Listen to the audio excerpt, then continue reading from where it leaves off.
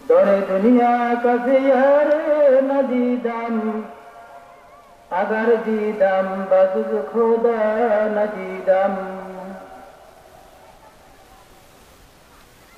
न अमेरिका न लंदन में हो उल्फत मुझे मस्ते काबा कर खुदाया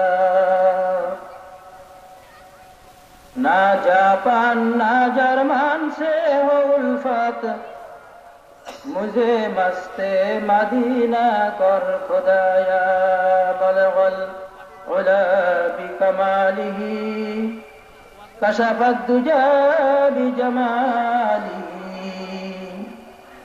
हसनत जमीअ खिसालिही सल्लु अलैहि व आलिही।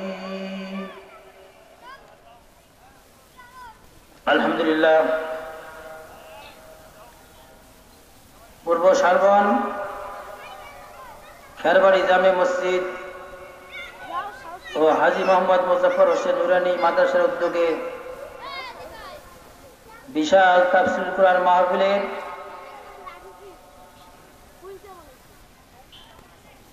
প্রধান অতিথি জনাব মোহাম্মদ মুস্তাফিজুর রহমান মুস্তফা সাহেব, সাবেক mayor Rangpur city corporation Rangpur, উত্তর মাদ্রাসার প্রধান বক্তা, দ্বিতীয় বক্তা, তৃতীয় বক্তা, বিশেষ অতিথিবৃন্দ ও উল্লেখিত মসজিদ ও মাদ্রাসার সম্মানিত শিক্ষক মহোদয়, কমিটি মহোদয় ও আমার সামনে উপবিষ্ট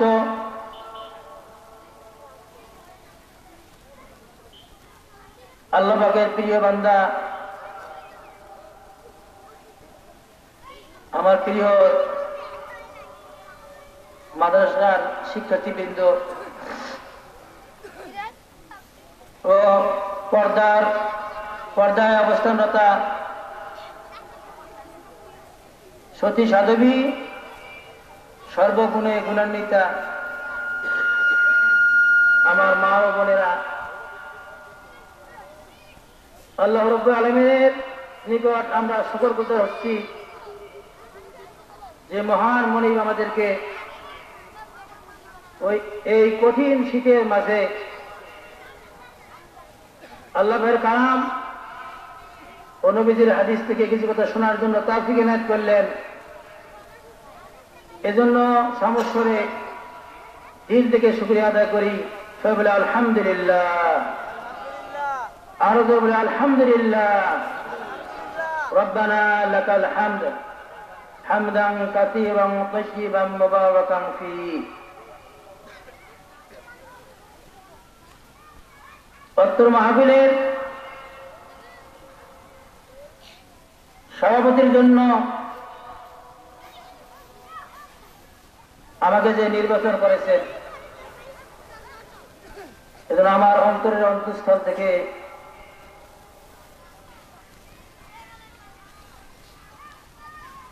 আপনাদেরকে ধন্যবাদ জানাই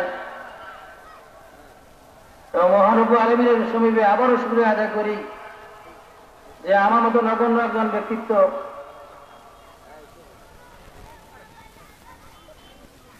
আপনাদের মাহফিলের সভাপতি করার জন্য দায়িত্ব দিয়েছেন। আল্লাহ পাক কবুল করেছেন, এজন্য শুকরিয়া আদায় করি আলহামদুলিল্লাহ। অনেক মাহফিল হয় যে মাহফিল কোন মসজিদের উদ্যোগে অথবা মাদ্রাসার উদ্যোগে, কিন্তু আজকের মাহফিলটা ভিন্ন ধর্মী। মাদ্রাসা এবং মসজিদ কেন্দ্রিক মাহফিল। আলহামদুলিল্লাহ, মাহফিলে এসে আমরা নিয়ত করতে পারি যে আমরা যা শুনবো তা যেন কি আমল নিয়েতে শুনবো এবং অন্যের কাছে পৌঁছা নিয়েতে শুনবো। কেননা আমাদের নবীজি বলেছেন, বাল্লিগু আন্নি ওয়ালাউ আয়া, আমার পক্ষ হইতে একটি বাণী হইলেও পৌঁছাইয়া দাও।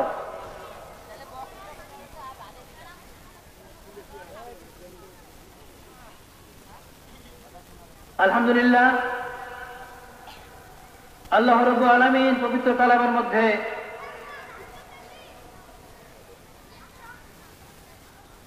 এক সূরার মধ্যে 4 বার উল্লেখ করেছেন, ওয়ালাকাদ ইয়াসসারনাল কুরআনা লিযিকরি ফাহাল মিন মুদ্দাকির।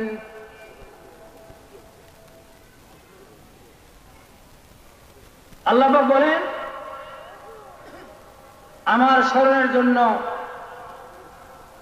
কোরআন মজিদকে অতি সহজ করে দিয়েছি। তোমাদের মাঝে কেউ কি চিন্তাশীল আছো?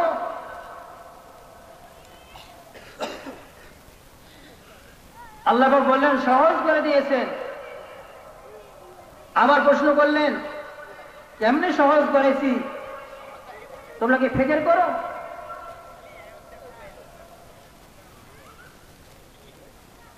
এই আয়াতখানা নিয়ে আল্লাহর এক বান্দা,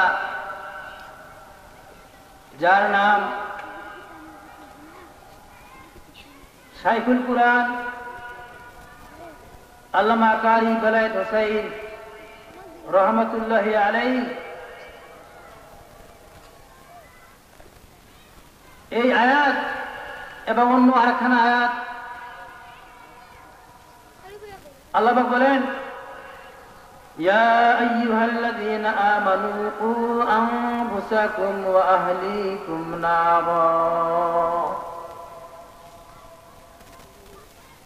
আল্লাহ পাক বলেন, হে ঈমানদারগণ,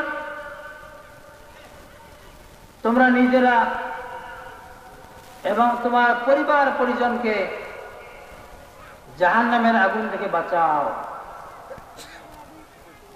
আল্লাহ পাক যা বলেন তা ফরজ। জাহান্নামের আগুন থেকে বাঁচা আমাদের সকলের জন্য কি ফরজ। কিভাবে জাহান্নামের আগুন থেকে বাঁচবো আর কিভাবে রব্বুল আলামিন কোরআনুল কারীমকে অতি সহজ করে দিয়েছেন, এই দুইখানা আয়াতের গবেষণা করেছেন দীর্ঘ 60টি বছর। বলে আলহামদুলিল্লাহ। কত বছর? 60 বছর গবেষণা করেছেন। আমাদের দেশের যে শিক্ষা ব্যবস্থা, কারি বেলা সাহেব রহমতুল্লাহ যখন ছাত্র বয়স 10-12 বছর বয়স,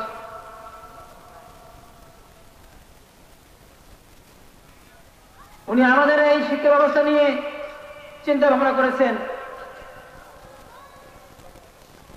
আমাদের দেশে আগে মক্তব ছিল, যে মক্তবগুলিতে ছাত্র ছিল 50 জন বা শতাধিক, ওস্তাদ ছিল একজন। 50 জন ছাত্রের 50 জায়গায় সবক। ছোটবেলায় আমরা মক্তব পড়েছিলাম। কেউ আলিফ বা তা সা, কেউ নুন তোয়া দাল আলিফ, আনাকুম বানাকুম, আইবুনা তাইবুনা, এভাবে আমরা পড়েছিলাম। হযরতজি দাঁড়িয়ে থেকে দেখে এই শিক্ষা ব্যবস্থা দেখেছেন আর অঝর নয়নে চোখের পানি ফেলেছেন। রব্বুল আলামিন, আপনি তো বলেছেন যে কোরআন মাজিদকে অতি সহজ করে দিয়েছি, আমি দেখতেছি অতি কঠিন। 50 জনের সবক 50 জায়গায়, একজন ওস্তাদ সবক বাতায়,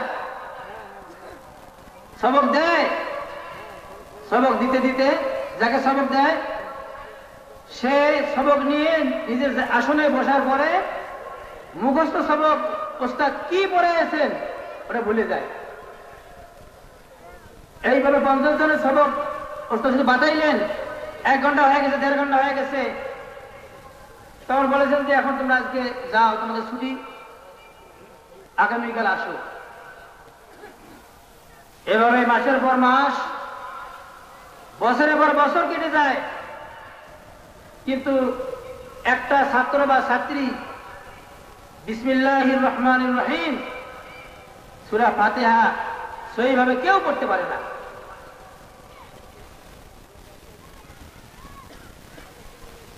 হযরত বললেন, রব্বুল আলামিন, আপনি তো নিজে বলেছেন ওমান আসদাকু মিনাল্লাহি কিলা, আল্লাহ পাক চ্যালেঞ্জ করেছেন, আমার সে সত্যবাদী আর কে আছে? রব্বুল আলামিন, আমরা পথ হারিয়ে ফেলেছি, আমাকে পথের সন্ধান দিয়ে দাও। তুমি কিভাবে কোরআনুল কারীম অতি সহজ করে দিয়েছো। আল্লাহ রাব্বুল আলামিন 60 বছর প্রবন্ধন করার পর তার বান্দার অন্তরের মধ্যে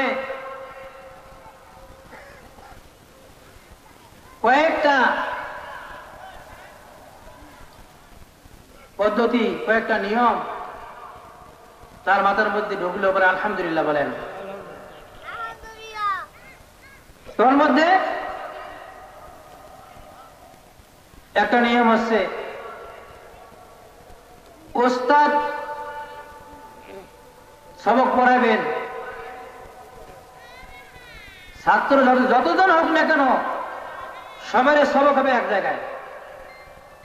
কি ভাই, সবার সবক কি হবে? এক জায়গায় সবক হবে। ওস্তাদ যখন 100 বার মস্ক দিবেন, সবাই কি ভাগে কত হবে? 100 হবে। সবার সবাই এক জায়গায় ওস্তাদ 100 বার মস্ক দিলেন, তো প্রত্যেকে ভাগে কত পালো? 100 বার তাদের কি পড়া হবে। 100 বার পড়লে বুঝতে হবে না? আমরা ছোটবেলা পড়েছিলাম, একবার না পারিলে কি দেখো 100 বার, একবার না পড়লে দেখো 100 বার। তো উনি 100 বার মস্ক দিলেন। এরপরে আমাদের সিস্টেম আছে বই হাতে দেওয়া, বাচ্চাদের হাতে কায়দা বই, আমপারা বই হাতে দেই, কায়দা বই দিয়ে আমরা পড়াই যে বাচ্চা পড়ো আলিফ বা তা জা জিম হা ক, এইবার পড়াইতেই থাকি।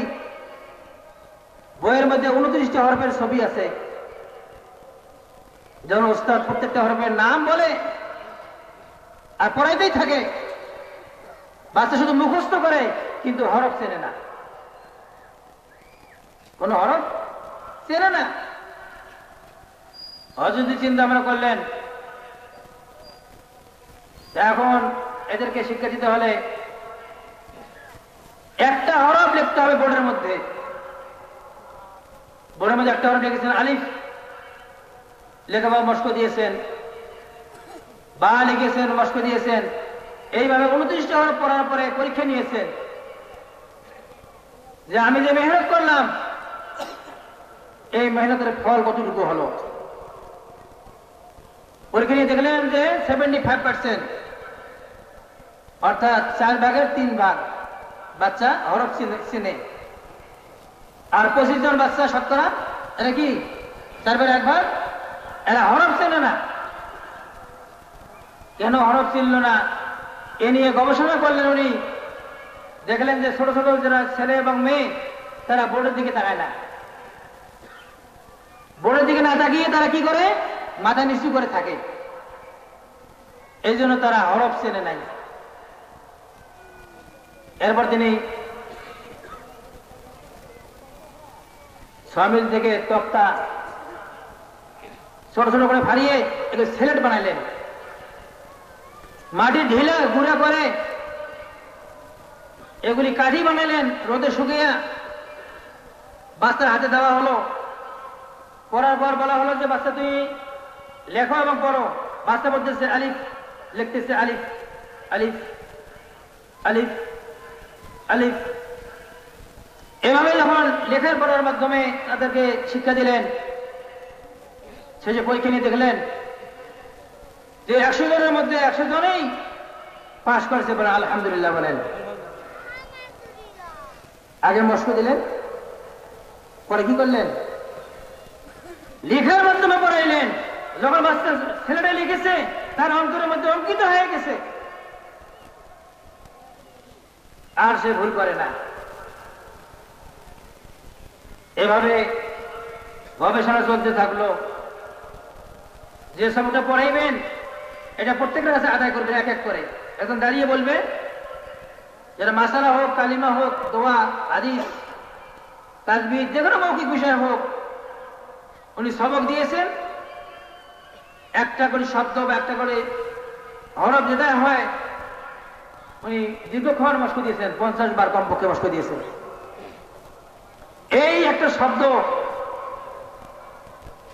অজুতে 4 ফরজ, সমস্ত মুখ ধোয়া, কি বাজায় না? অজুতে কয় ফরজ? 4 ফরজ, সমস্ত মুখ ধোয়া।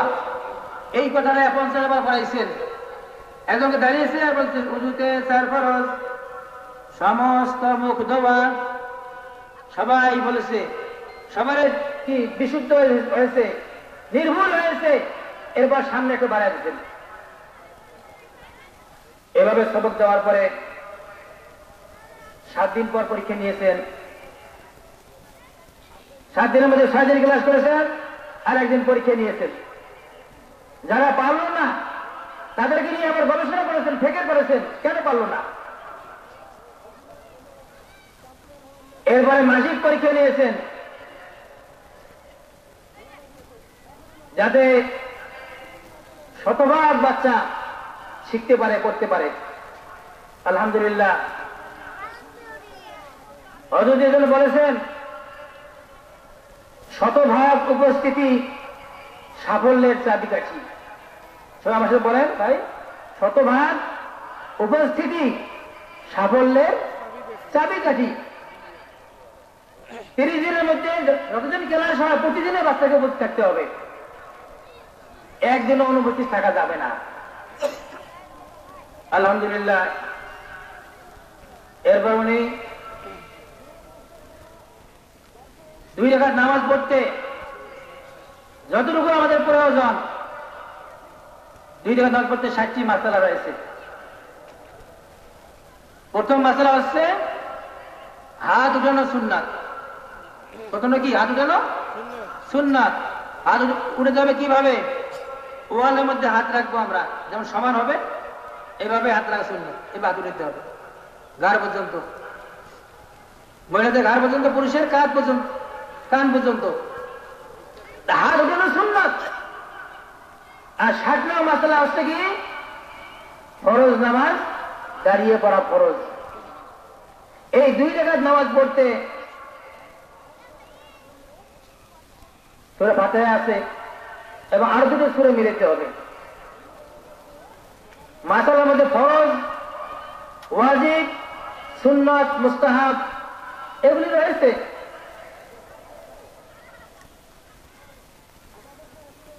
তা আলহামদুলিল্লাহ এভাবে উনি সিলেবাস একটা সন্নিবেশিত করলেন। নবীজি বলেছেন, খায়রুকুম মান তাআল্লামাল কুরআনা ওয়া আল্লামা।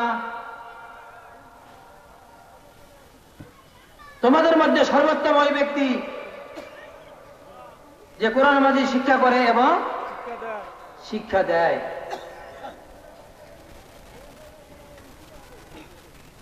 আমাদের নবীজি হাদিস শরীফে উল্লেখ করেছেন, তাআল্লামুল ফারাইদ ওয়াল কুরআন ওয়া আল্লিমুন নাস ফাইন্নী মাকবুল।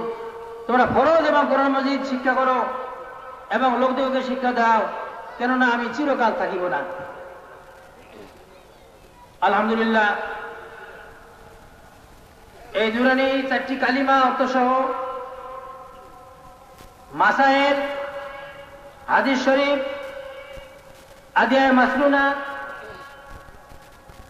যেগুলি নিত্য প্রয়োজনীয় আমাদের দোয়া, এগুলি একটু উনি সিলেবাস করলেন। পরে ওনার ওস্তাদ মোহাম্মদুল্লাহ হাফিজি হুজুরকে এটা দেখালেন, তার সামনে পেশ করলেন যে হুজুর আমি এইভাবে পড়াতেছি। উনি বললেন যে ঠিক আছে আপনি পড়াতে থাকেন। আলহামদুলিল্লাহ, সমস্ত মুসলমানের সন্তানদেরকে জাহান্নাম থেকে বাঁচাতে হলে আরবির সঙ্গে বাংলা পড়াইও, অঙ্ক পড়াইও, শেষে বলেছেন ইংরেজি পড়াও। আলহামদুলিল্লাহ, আমাদের নুরানি পড়া সবাই জানা আছে যে এখানে আরবির সঙ্গে বাংলা, ইংরেজি, অঙ্ক সবই রয়েছে। আপনার একটা সন্তান এই মাদ্রাসায় 3টি বছর পড়বে, পড়া বয়সে 5 ওয়াক্ত নামাজ পড়ার নিয়ম নিজেও পড়তে পারবে, ইমামতিও শিখবে। বলে আলহামদুলিল্লাহ বলে। 2 বছর পড়লে জানাজার নামাজের ইমামতি শিখবে। হাজারে যে সূরা আছে, সূরা ইয়াসিন, সূরা ওয়াকিয়া, সূরাতুল মুলক, এগুলো মুখস্থ হবে। 3টি বছর পড়লে ঈদের নামাজ, জুমার নামাজের খুতবা আপনার সন্তান মুখস্থ দিবে। বলে আলহামদুলিল্লাহ বলেন। তৎসঙ্গে জাগতিক শিক্ষা যে রয়েছে আমাদের বাংলা, ইংরেজি, অঙ্ক, সাধারণ জ্ঞান, সমাজ বিজ্ঞান, এগুলো আমাদের সিলেবাসের অন্তর্ভুক্ত করা হয়েছে। ছোটখাটো তো আমরা পড়েছিলাম প্রাইমারিতে, আমি প্রাইমারিতে পড়েছিলাম যে সরেও সরে হাস্য দিক বই পড়েন নাই, হাস্য দিক গৌ হাস্যরি পড়ছিলাম কি 22 কথা বলে হ্যাঁ। আলহামদুলিল্লাহ, আমরা এই নুরানিতে আরবির সাথে বাংলাও শুদ্ধ হয়ে পড়াই। স্বর অ, স্বর আ, রস্ব ই, দীর্ঘ ই, রস্ব উ, দীর্ঘ উ, রস্ব রি, ওই, ও, ঔ, এইভাবে বাংলাগুলি আমাদের বিশুদ্ধ পড়ানো। বলে আলহামদুলিল্লাহ বলে। লেখা আমাদের সুন্দর। তা আলহামদুলিল্লাহ, সময় আমার কম, আমি শেষ করছি যে আপনাদের সন্তান যদি এই মাদ্রাসায় দেন তাহলে আপনাকে ঠকবেন না। ঠকবেন? 3 বছরে হযরতজি বলেছিলেন 9 বছর লেখাপড়া হবে এখানে। স্কুলে বা অন্যান্য প্রতিষ্ঠানে 9 বছর পড়লে যত যোগ্যতা হবে, নুরানিতে একটা বাচ্চা 3 বছর পড়লে এই এক সমান যোগ্যতা হবে। আলহামদুলিল্লাহ বলেন। 3 বছরে 9 বছরের যোগ্যতা অর্জন করবে। এখানে 3 বছর পড়ার পর আপনার সন্তানকে যে কোনো স্ট্যান্ডার্ড স্কুলে ক্লাস 4 ভর্তি করতে পারবেন। আলিয়া মাসে পড়ালে ভর্তি করতে পারবেন ক্লাস 4। হেফজখানে ভর্তি করাবেন, কবিতে ভর্তি করাবেন, অর্থাৎ অল স্কয়ার হবে। আপনার সন্তান এখানে পড়ার পরে যখন সে আল্লাহ পাক যদি কবুল করে, আমাদের জেলা প্রশাসক হন, জুমার নামাজের সময় হয়ে যায়, উনি উপস্থিত আছেন, জুমার খুতবা কি দিবেন? আপনার সন্তান যে জেলা প্রশাসক হয়েছে উনি দিবেন। বলে আলহামদুলিল্লাহ বলেন। আমার ইন্তেকালের পর আমার সন্তান আমার জানাজার নামাজ পড়বে, আমার জন্য দোয়া করবে, যা দোয়া করবে রব্বুল আলামিন তা কবুল করবে। বলে আলহামদুলিল্লাহ বলেন। তো বন্ধুগণ, মাদ্রাসা হচ্ছে শিক্ষার জায়গা। সেখানে ফরজ ওয়াজিব ফরজি ইলম শিখবে আর আমল করবে। আছে মসজিদে, মসজিদে এসে কি করবে?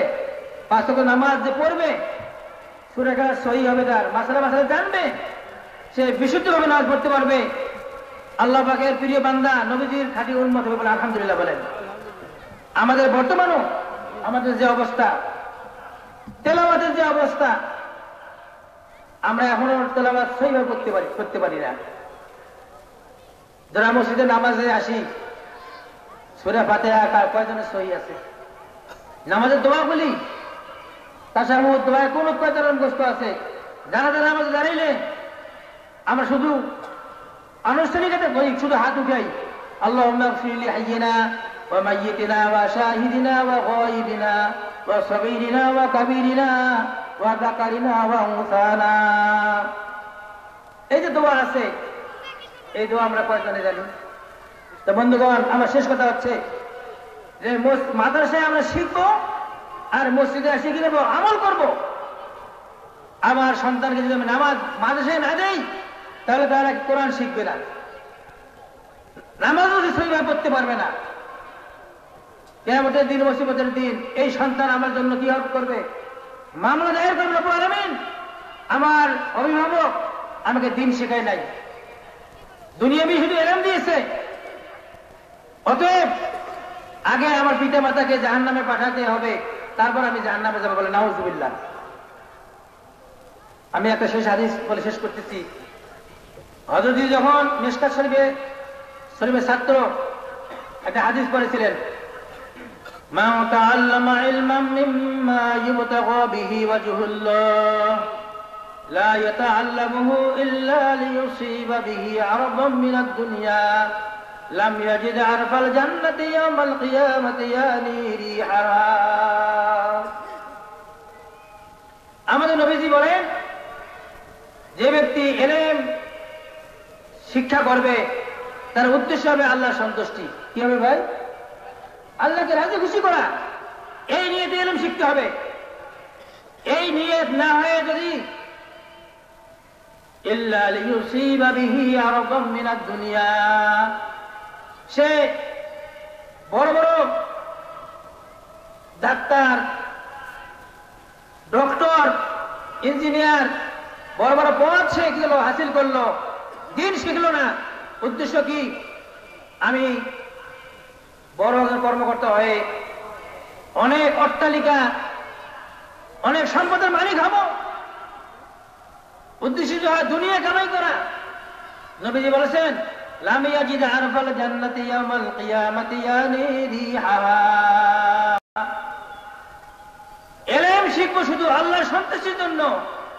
আল্লাহর সন্তুষ্টি এটা উদ্দেশ্য না হয়, দিন না হয় দুনিয়া লাভ করার উদ্দেশ্য হয়, নবীজি বলেন তার ভাগ্যে জান্নাত নসিব হবে না। বলে নাউজুবিল্লাহ। শুধু জান্নাত নয়, জান্নাতের খুশবু ইয়ানি রিহাহা, জান্নাতের খুশবু তার নসিব হবে না। বলে নাউজুবিল্লাহ। বলেন জান্নাত থেকে 40 কিলোমিটার পর্যন্ত জান্নাতের সুবাস কি বইতে থাকবে। 40 মাইল দূর থেকে মানুষ জান্নাতে কি সুবাস পাইবে। নবীজি কি বললেন? সে জান্নাতের সুবাসও পাবে না। যদি বলেন, আমি সেদিন নিয়ত করেছি আমি যদি আলেম হই বিনা পয়সায় শিক্ষা দেবো, কোনো পয়সা নেবো না। আলহামদুলিল্লাহ, তার পুরা জিন্দগির আমল আমরা দেখেছি, একটা পয়সা উনি চান নাই, নেন নাই। ওনার ফিকির ছিল সমস্ত মুসলমান কিভাবে জাহান্নাম থেকে বাঁচতে পারে।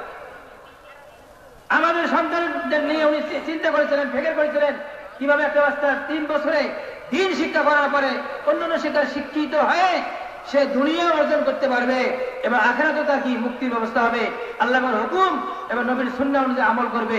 এই উদ্দেশ্যে এই মাদ্রাসা আমি আপনাদেরকে আহ্বান করতেছি। বর্তমানে আমাদের ভর্তি চলছে, হয়তো জানুয়ারি 1 তারিখ থেকে 5 তারিখের মধ্যে আমাদের ক্লাস শুরু হবে। যাদের ছেলেমেয়ের বয়স 4 বছরের উপরে, 5-এর কম, তারা পেলেতে ভর্তি করাবেন। যাদের বয়স 5 থেকে 5-এর উপরে, 6-এর কম, তারা হবে শিশু নার্সারি। যাদের বয়স হবে 6 থেকে 6-এর উপরে, তারা হবে ক্লাস 1, প্রথম শ্রেণী। তা আপনাদের সন্তানদেরকে হাজী মোহাম্মদ মুজাফফর এই নুরানি মাদ্রাসা, এটা আমাদের মাদ্রাসা। তাই বেরোসাহেব রহমতুল্লাহ আলাইহি ঢাকা বোর্ড করেছেন, এই বোর্ডের মাদ্রাসা আমাদের। এই মাদ্রাসা দিলে আপনার ঠকবেন না। আমি মাঝে মাঝে অডিট করতে আসি, পরামর্শ দেই, মাসিক ধরে ওস্তাদগণ যান, যাতে আপনার বাচ্চারা সুন্দরভাবে শিখতে পারে, তারা জাতির ভবিষ্যৎ সুনাগরিক হতে পারে। এই জন্য আমরা চেষ্টা করব। আপনাদের কাছে আমরা একটাই চাইব যে প্রতিদিন মাদ্রাসায় উপস্থিত রাখতে হবে, একদিনও ক্ষতি করা যাবে না, তাহলে আপনার কাঙ্ক্ষিত ফলাফল পেয়ে যাবেন। আর সামনে যে মসজিদ রয়েছে, মাদ্রাসা বা মসজিদের জন্য আপনারা মুক্ত হস্তে দান করবেন। কেননা যদি আমরা দিন শেখার জন্য মাদ্রাসা দান করি, 1 টাকা দান করি, আল্লাহর ঘরে 1 টাকা দান করি, রব্বুল আলামিন আমাদের আমল নামায় 70 গুণ সওয়াব দিবেন। সুবহানাল্লাহ। তা আপনারা মসজিদ বা মাদ্রাসার দিকে নজর রাখবেন। মাদ্রাসা হচ্ছে নবীর ঘর। আর মসজিদ হচ্ছে কি আল্লাহর ঘর। এই দুটি ঘর যেন টিকে থাকে, এখান থেকে আমরা আমল করে যেন জান্নাতে প্রবেশ করতে পারি। আল্লাহ রাব্বুল আলামিন যেন আমাদেরকে তৌফিক দান করেন, এই প্রত্যাশা রেখে আমার সংক্ষিপ্ত আলোচনা শেষ করছি। আসসালামু আলাইকুম ওয়া রাহমাতুল্লাহি ওয়া বারাকাতুহু।